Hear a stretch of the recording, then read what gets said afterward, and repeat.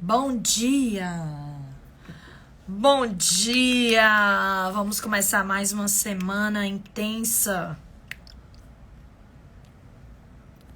Bom dia, bom dia, bom dia!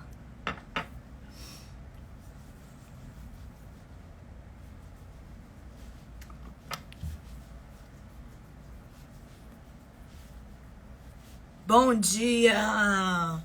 Sejam bem-vindos a mais uma manhã do Make com Prosa. O nosso episódio que acontece de segunda a sexta, 10 para as 8 da manhã. Bom dia! Hoje vamos falar um pouquinho sobre intestino.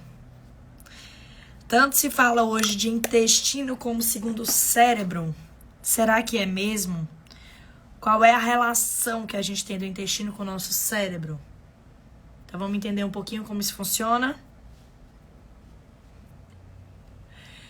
Não só o intestino, como muita gente fala, mas o trato gastrointestinal como um todo é um órgão de extrema importância para o nosso humor. Então, tanto o esôfago, aqui tem a boca, depois vem o esôfago, o estômago e o intestino.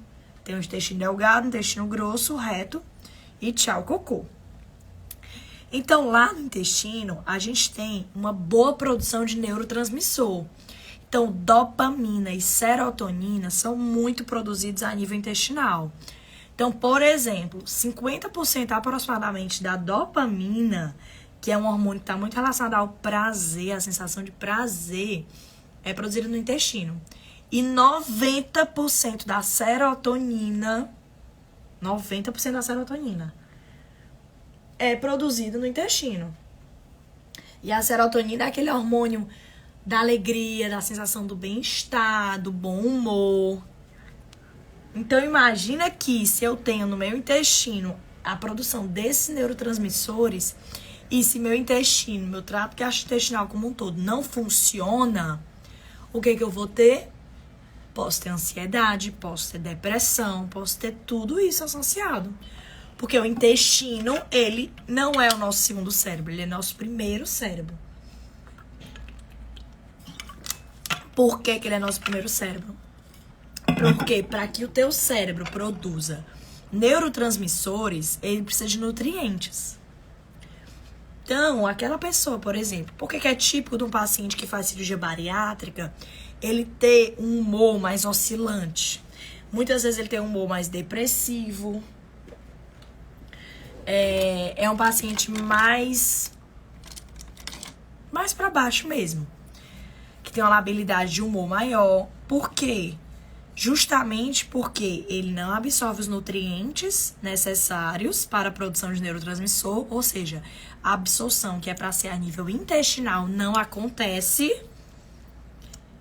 E exatamente, vulnerável, era essa a palavra, Lara, obrigada. Então, a absorção de nutrientes essenciais para o cérebro não é absorvido. E aí, esse paciente não consegue produzir os neurotransmissores adequados, ou seja, começa no intestino.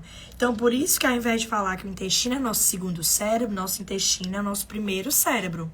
Porque é lá que a gente precisa absorver os nutrientes para a produção tanto de neurotransmissores no cérebro, quanto neurotransmissores no próprio intestino. Então, sabe aquela história de pessoas que estão enfesadas? Tá, obrigada. Pessoas que estão enfesadas.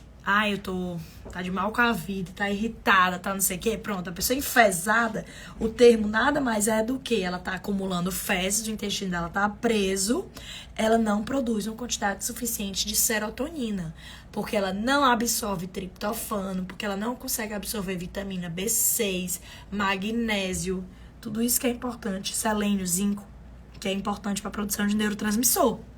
E aí a pessoa tá enfesada. É aquela pessoa que vive de mal com a vida, vive emburrada, vive reclamando de tudo. Tem alguém aí que vocês conhecem que é assim? Vive reclamando de tudo. Aquela pessoa enfesada. Investiga. Muitas vezes ela é uma pessoa constipada. Ela é uma pessoa enfesada. E existe aquela outra situação de pessoas que, por exemplo, tá ansiosa porque vai ter uma prova pra fazer, porque vai apresentar alguma coisa e ela vai mais de uma vez ao banheiro. O intestino fica mais acelerado nesse período da ansiedade. Porque ela aumenta a produção de alguns neurotransmissores que também favorecem o trânsito intestinal. Então, o nosso intestino, ele tá totalmente relacionado. Então, não dá pra você não falar em depressão e não falar de intestino. Não dá pra você tratar uma depressão se você não trata o intestino. O intestino, ele precisa de... Tá, eu vou levar. É melhor botar lá na sala, moço, não esqueça. Ah, bota aí com a chave. Valeu. Então, o intestino, ele precisa de nutrientes essenciais para produzir os neurotransmissores. Então, não dá pra gente falar em depressão se a gente não trata o intestino. Porque não vai produzir neurotransmissor. Então, o paciente, antes de ser tratado para depressão, ele precisa tratar o intestino. Ele precisa tratar o intestino, tá? Porque é lá que eu produzo os neurotransmissores. E, Clarissa, o que eu vou fazer? Como é que eu vou tratar esse meu intestino? É muita coisa envolvida, bababá. Pronto. Bora lá. O intestino, ele depende basicamente do que você bota dentro da sua boca, que você come, né? Do que você bebe. Então, começar pelo básico, que eu sempre falo pra vocês, é começar melhorando a ingesta adequada de água. Tem pessoas que não bebem água. Coisa básica. O nosso corpo, mais de 70% é feito de água. E tem pessoas que não bebem água. Tá? Então, assim, começa daí. Se eu quero ter um intestino saudável, eu preciso aumentar a minha ingesta de água. Tem uma aula de um professor meu, que é o Murilo Pereira, que ele fala muito de modulação intestinal. E eu fiz um curso com ele de modulação intestinal. E aí ele fala assim, olha, se o teu paciente, ele não bebe água do gelágua, água do filtro, água mineral, água pura, se ele não bebe esse tipo de água e o corpo precisa de água, o corpo vai tirar água lá da bosta. Ele fala assim. Então esse paciente, ele bebe água, mas é água da bosta. Então você fala, meu amigo, você prefere beber água da bosta ou prefere beber água do mineral? Água mineral.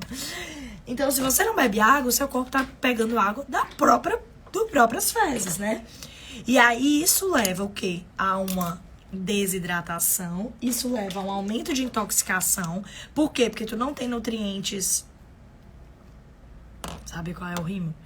Não tem nutrientes adequados e você ainda tira água das fezes, gerando umas fezes mais ressecadas, certo? Então... esse é ingrediente básico, a água, tá? Ingrediente básico, água. Alimentação. Quanto mais alimentos que contenham produtos que você não conhece, por exemplo, adoçante, acidulante, emulsificante, conservante, quanto mais produtos que você não conhece o nome, pior. Porque se você, que é um ser inteligente, com o cérebro, não sabe o que tá dentro daquele pacote, avalie o teu intestino. Ele não vai saber e ele não vai reconhecer aquele alimento que você vai comer. Aquilo ali gera um processo estranho pro corpo, uma reação imunológica. E isso tudo pode alterar a microbiota, que são as bactérias que estão lá dentro do teu intestino. Então, se eu tenho uma alimentação rica, por exemplo, em farinha de trigo, o que acontece? Até falei pra vocês aqui. A farinha de trigo, hoje, ela é muito mais concentrada em glúten do que ela era antes. Começa por aí. Então, a concentração de glúten ela é absurda dentro da farinha de trigo. Segundo, que as farinhas de trigo são os alimentos que mais têm contaminação por fragmentos de inseto. Eu lembro que na live de um dia desse, eu mostrei pra vocês um RDC, que ela libera, ou seja, ela prova que os alimentos tenham uma quantidade legalizada de fragmentos de insetos. Ou seja, é como se essa RDC, ela dissesse que ela entende que as empresas são tão incompetentes que elas não conseguem limpar o alimento completamente. E que existe uma quantidade ok de contaminação de fragmento de inseto nesses alimentos. E na RDC ela fala, se eu não me engano, são 100 partículas de insetos por tantos gramas de farinha de trigo. É tipo assim, é absurdo a quantidade de contaminação que a gente tem por partícula, fragmento de inseto dentro dos industrializados. Os industrializados são os alimentos que mais têm partículas de fragmentos de inseto. E aí é como se você comesse a farinha de trigo, mas vai junto uma perna de barata, uma asa de formiga, um pelinho da aranha. É tipo isso. É tipo isso mesmo. Só que isso é legalizado. Existe o RDC que libera isso, já que não consegue ser isento 100%, porque a gente, infelizmente, a gente não tem a capacidade, né? Então, não é só sobre o glúten.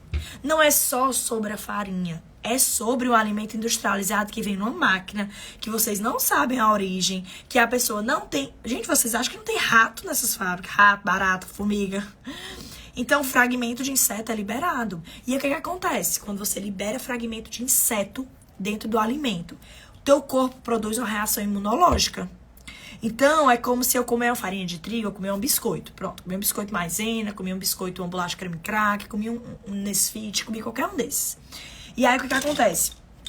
Eu consumo esses alimentos. Aí já não basta a quantidade de farinha de trigo, que tem um índice glicêmico alto, porque ele aumenta o teu açúcar no sangue rapidamente. Já não basta o ferro da gente ser enriquecido por ferro e ácido fólico, que é horrível para a maioria das situações. Já não basta a quantidade de glúten, que é exagerada dentro desses produtos. Ainda tem a contaminação por fragmentos de inseto. O que acontece no nosso corpo? O nosso corpo, ele dispara o nosso sistema de defesa. Então, quando entra uma perna de barata, uma asa de formiga, tô brincando que não entra desse jeito porque é tudo fragmentado, é cortadinho, gente, vocês não veem. Vocês comem sem ver, tá? É menos mal. É menos mal.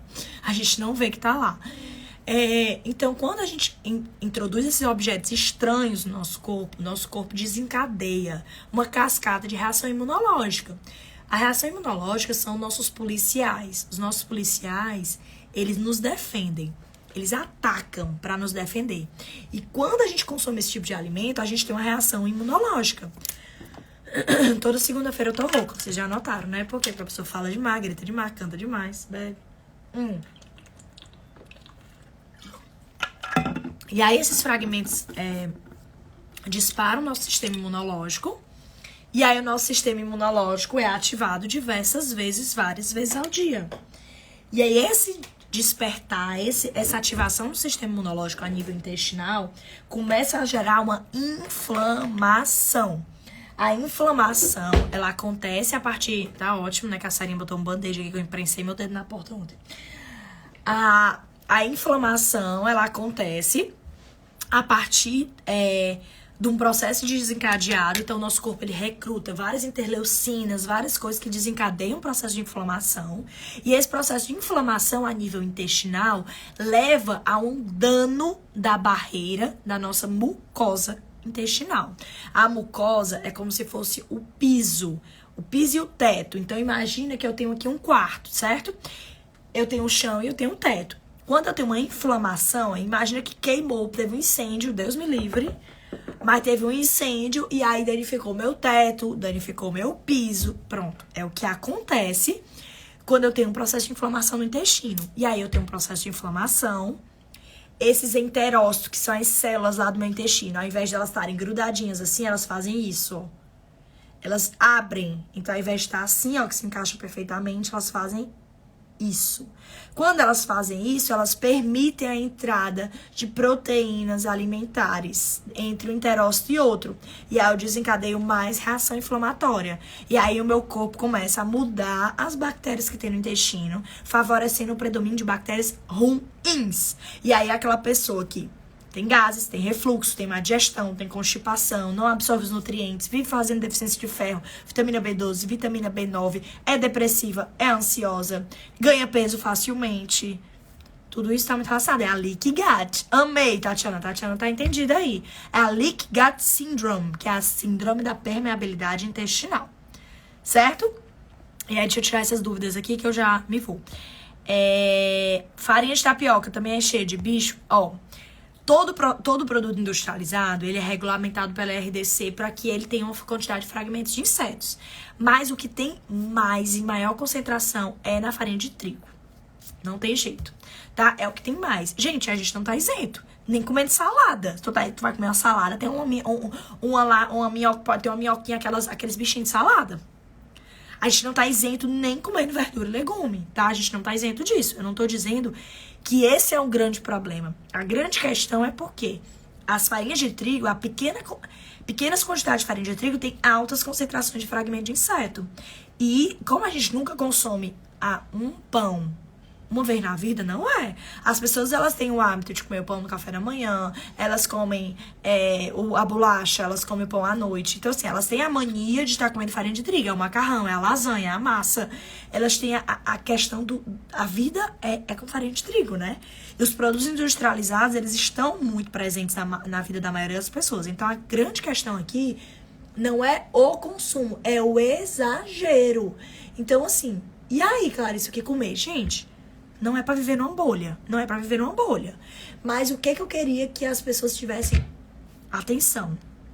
Gente, a gente come pra nutrir o nosso corpo. Entende? Comer, fome, é um sinal fisiológico, certo? E vocês estão vendo que eu passei o rímel antes de passar a sombra. Ou burrice, né? Mas enfim, me empolguei aqui conversando e esqueci da sombra. Mas comer é um ato fisiológico, é a fome. Pra gente não morrer, o nosso corpo precisa de energia. E ele busca através dos alimentos, certo? É uma necessidade fisiológica. Só que ela também, hoje, virou um ato social. Você come porque vai pra uma festa, você vai sair pra comer, virou um ato social e ato emocional. Então, hoje, apesar da comida ter sido dada por Deus pra gente, para nos nutrir, para que pudéssemos ter energia, hoje nós usamos ela de outras formas. Nós usamos da forma emocional e nós usamos ela para a forma social, tá? Esse não é o problema. E mais uma vez, eu vou falar pra vocês. O grande problema é a gente fazer disso a base da nossa alimentação.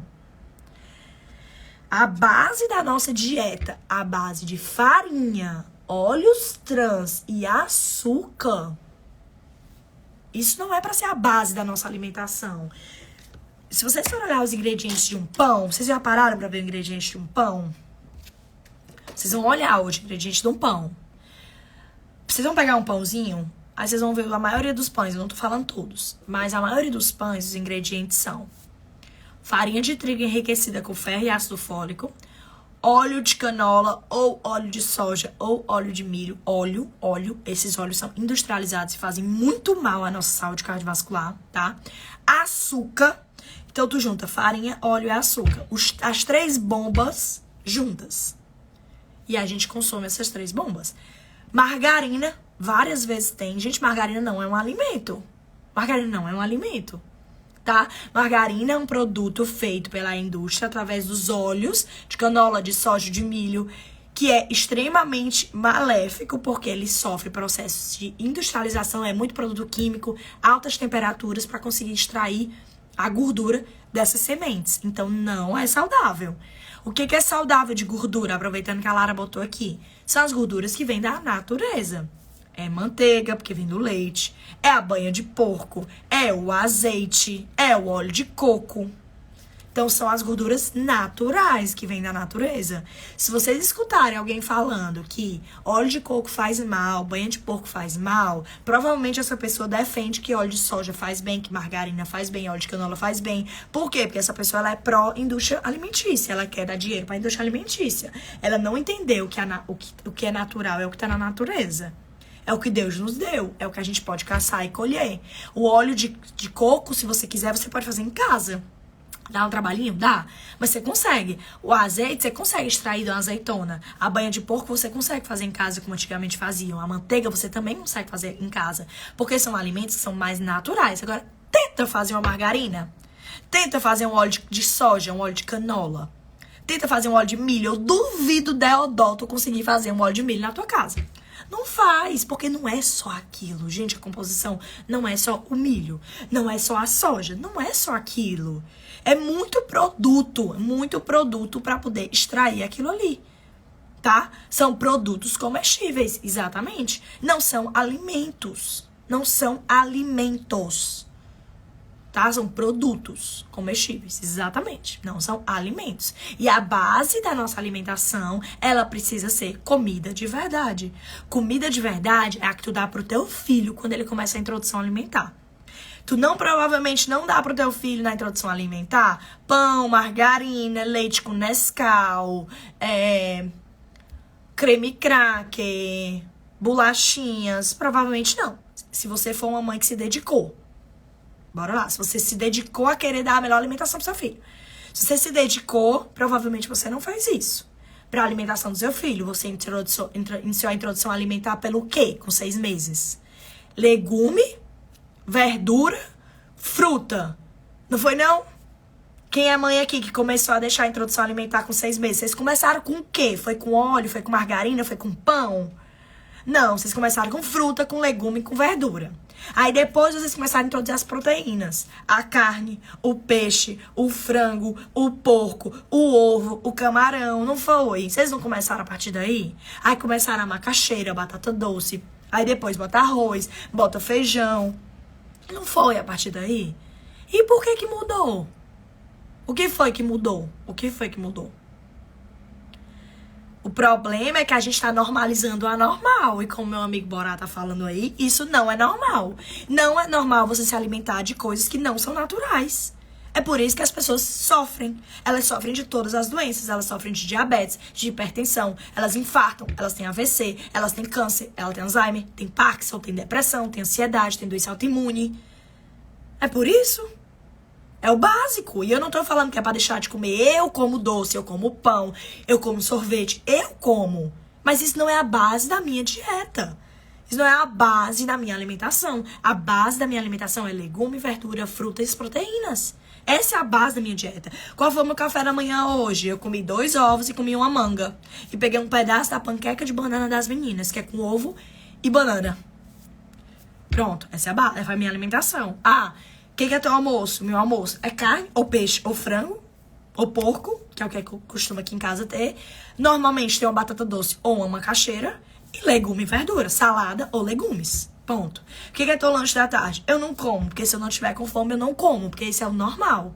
A gente só come se a gente tiver com fome. A não ser que tua estratégia seja de ganho de peso, aí é diferente. Ah, precisa ganhar peso, precisa ganhar músculo. Aí você come, você vai lá e come. Ou se você tem uma compulsão noturna aí de querer comer as paredes à noite, é melhor lanchar à tarde. Mas quando eu lancho, aí come uma fruta, come uma crepioca, come uma panqueca, ou come umas castanhas, ou come um coco, ou toma água de coco.